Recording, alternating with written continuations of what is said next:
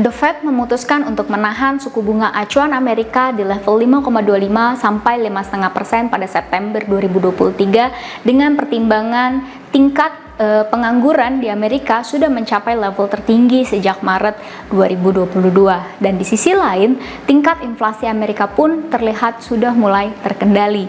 Namun di saat yang sama, pejabat The Fed juga mengatakan bahwa kenaikan suku bunga acuan Amerika masih akan terjadi sekali lagi di tahun 2023. Nah, kemudian dari dalam negeri, tingkat inflasi Indonesia yang sebelumnya terus secara konsisten mengalami penurunan pada bulan Juli tahun 2023 akhirnya kembali mengalami kenaikan yang disebabkan oleh kenaikan harga beras. Kemudian tingkat inflasi ini juga diperkirakan masih akan naik di bulan September tahun 2023 yang disebabkan oleh kenaikan harga bensin non-subsidi pada bulan ini. Nah, kira-kira apakah hal ini harus kita waspadai dan apa sih apalagi yang perlu kita waspadai?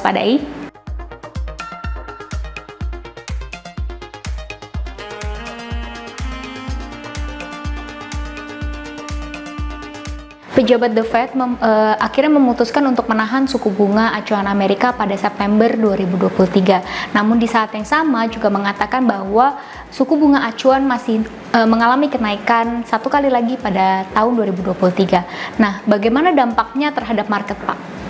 Oke, pertama kita harus paham tentang cara membaca pesan yang dikeluarkan oleh Bank Sentral Amerika Serikat. Mereka memutuskan untuk saat ini mau berapa dan kedepannya apa berdasarkan survei daripada Gubernur Bank Sentral di sana. Nah, berdasarkan survei yang dilakukan pada bulan September 2023 ini, mayoritas memang menjawab atau memberikan pandangan bahwa diperlukan satu kali lagi kenaikan suku bunga. Tapi harus diketahui bahwa survei itu berubah. Kalau kita lihat survei 3 bulan yang lalu atau 6 bulan yang lalu, tidak seperti itu isinya. Mengatakan ada yang akhir tahun ini bisa turun dan sebagainya. Nah, survei itu biasanya memang berkembang atau berubah tergantung pada beberapa hal sih. Yang utama itu adalah seberapa berhasil mereka mengendalikan tingkat inflasi, terutama inflasi inti. Kemudian yang kedua, apakah dengan naiknya suku bunga itu ekonominya mulai menunjukkan crack gitu. Jadi apakah pertumbuhan ekonominya melambat? Apakah tingkat penganggurannya semakin banyak dan beberapa indikator lainnya. Kalau pandangan pasar saat ini menurut saya juga terbelah. Ada yang mungkin berasumsi bahwa mungkin saja akan ada satu kali kenaikan suku bunga. Ada juga yang berpandangan bahwa kenaikannya sudah cukup. Kenapa? Karena beberapa data ya seperti tingkat pengangguran sudah mulai meningkat. Biaya hidup juga semakin tinggi. Jadi kalau misalkan terus-menerus bunga dinaikkan, itu bisa membebani terutama di kredit ke sektor properti. Kemudian Pak, nanti nih ketika Fed Fund Rate jadi mengalami kenaikan sekali lagi, bagaimana dampaknya terhadap Indonesia, terutama untuk nilai kurs, Pak? Jadi kenaikan Fed Fund Rate itu memang imbasnya kemana-mana.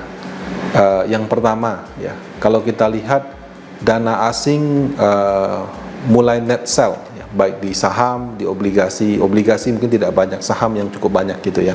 Obligasi Amerika Serikat yang dianggap risk free, jadi bebas resiko ya. Kalau orang punya dolar itu kan anggap obligasi US itu bebas resiko. Sama lah, kita punya rupiah, kita anggap obligasi FR itu bebas resiko. Nah, yang punya rupiah sama yang punya dolar kan pasti banyakkan yang dolar. Jadi orang akan cenderung untuk memilih berinvestasi di instrumen risk free seperti obligasi US. Nah, apakah dengan mereka membeli obligasi US terus harganya naik? Belum tentu juga. Cuman ibaratnya kalau nanti bank sentral di sana lelang atau pemerintahnya lelang, itu bisa memberikan yield yang bagus. Nah, jadi itu bisa menyebabkan asingnya net sell, kemudian mereka beli instrumen risk free, atau asing yang tadinya mau masuk tunggu dulu. Di sini ada risk free dengan bunga tinggi, why not kita ambil dulu gitu. Bunga Amerika yang tinggi, orang prefer pegang dolar, itu juga akan berpengaruh ke kurs nilai tukar. Orang cenderung akan memegang US dollar, makanya US dollar di bulan September ini kita ngomong di kisaran 15.500-an. Nah, kemudian muncullah spekulasi, kalau misalnya Amerika naikin bunga sekali lagi, bunganya menjadi 5,5, 5,75, bunga Indonesia juga 5,75, masa sama sih gitu ya. tentu akan muncul spekulasi sekali lagi bahwa bisa jadi Indonesia juga menaikkan sehingga supaya kita lebih tinggi dari US menjadi 575 ke 6 gitu. Nah, apakah kemungkinan bunga dinaikkan atau tidak? Menurut saya peluangnya 50-50. Karena kalau dari data ekonomi Indonesia, inflasinya kita sebetulnya sudah bisa turunkan. Cuma soal mau turun berapa lama dan turunnya sampai seberapa besar gitu. Tapi kalau misalkan diturunkan, nah tentu akan berpengaruh ke nilai kurs gitu. Jadi menurut saya kalau misalkan Amerika menaikkan suku bunga sekali lagi atau dia tidak menaikkan, tapi nilai kursnya jadi liar, mendekati 16.000. Mungkin pada saat itu Bank Sentral Indonesia perlu menaikkan tingkat suku bunga. Jadi dia perlu naikkan bukan karena inflasi kita tinggi, tapi dalam rangka untuk menjaga nilai tukar Indonesia sama US itu tidak melemah terlalu jauh. Nah, kalau terhadap investasi tadi sudah saya jelaskan, yang ada mungkin kalau dia sudah profit, apalagi beberapa saham blue chip sudah all time high, mereka profit taking, mereka beli obligasi US. Kemudian yang dananya mau masuk dari luar nanti dulu. Jadi itu memang akan menimbulkan beberapa tekanan terhadap harga saham, harga obligasi dan juga nilai kurs tukar di Indonesia. Oke, nah kemudian Pak, tadi kan Bapak menyinggung masalah tingkat inflasi Indonesia yang udah mulai stabil ya Pak. Nah, namun pada bulan Juli, mulai dari bulan Juli, tingkat inflasi Indonesia itu sebenarnya mengalami peningkatan Pak, yang disebabkan oleh awalnya tuh kenaikan harga beras ya Pak. Kemudian juga akan ada, per bulan September itu ada kenaikan harga BBM non subsidi. Nah, bagaimana view Bapak terhadap hal ini Pak? Kalau beras itu musiman, memang sekarang lebih kering, cuaca keringnya lebih kering daripada yang sebelumnya, musim hujannya mundur, sehingga menyebabkan panen padinya itu berkurang. Kemudian beberapa negara yang eksportir beras dunia melihat situasi ini, mereka juga lebih memilih menjaga pasokan dalam negeri. Nah, itu membuat harga beras naik. Ini memang bukan berita baik karena harga barang naik bukan karena demand tapi karena masalah supply. Tapi karena sifatnya musiman ya eventually akan terselesaikan dengan sendirinya gitu. Nah, yang sebenarnya orang tidak begitu sadari itu adalah di harga minyak ya. Harga minyak yang waktu pandemi turun sekarang diam-diam sudah naik dari 60-an dolar menjadi 90-an dolar gitu. Alasannya, katanya negara OPEC mengurangi produksi. Di satu sisi orang bilang, pemerintah China atau pertumbuhan ekonomi China masih kurang bagus. Tapi kalau dengan mereka membuka ekonominya, pertumbuhannya walaupun pelan-pelan seperti itu, permintaannya kembali gitu. Ya, jadi kenaikan harga minyak ini memang bisa menjadi faktor inflasi yang baru. Nah, kalau untuk Indonesia, inflasinya adalah 3% plus minus 1. Inflasi intinya jauh di bawah itu, cuma 2%-an. Inflasi totalnya sudah kalau nggak salah 3%. Nah, untuk itu kalau saya lihat, katakan ada inflasi karena beras, inflasi karena bensin, jadi 4% masih oke, karena itu masih dalam range yang diterima. Laporan keuangan kuartal 2 tahun 2023 ini sudah rilis ya Pak. Nah, menurut Bapak bagaimana hasilnya dan apakah ini bisa menjadi sentimen positif Pak yang mendukung kinerja IHSG? Kalau kita lihat laporan keuangan itu sama kayak lihat kebijakan Bank Sentral tentang suku bunga. Amerika naikin bunga, China turunkan bunga, Indonesia tahan suku bunga. Jadi ada negara yang inflasinya tidak terkendali, terpaksa dia harus naikkan supaya terkendali. Ada negara yang pertumbuhan ekonominya lagi berat, supaya tumbuhnya lebih kencang dia harus turunkan suku bunga. Ada negara yang di tengah-tengah kayak kita.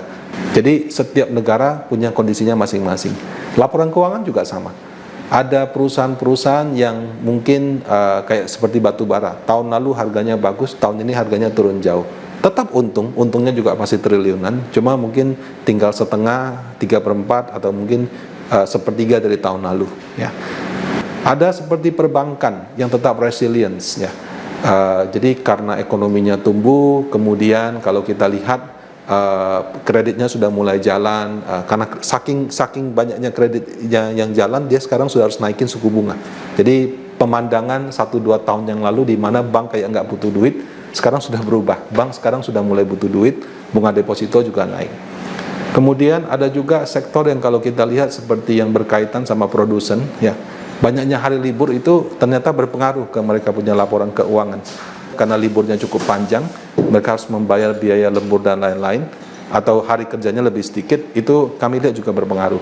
Nah, jadi setiap sektor kita lihat berbeda-beda. Dalam satu sektor ada juga yang bagus, ada juga yang jelek. Nah, jadi saya lihat ini adalah tanda ekonomi kembali ke normal. Artinya perusahaan yang memang bagus, kinerjanya oke, good corporate governance-nya oke, dia akan bagus, ya. Perusahaan yang ya mungkin kinerjanya kurang, good corporate governance yang kurang, bermasalah karena ada hutang gagal bayar dan lain-lain, akan jelek gitu.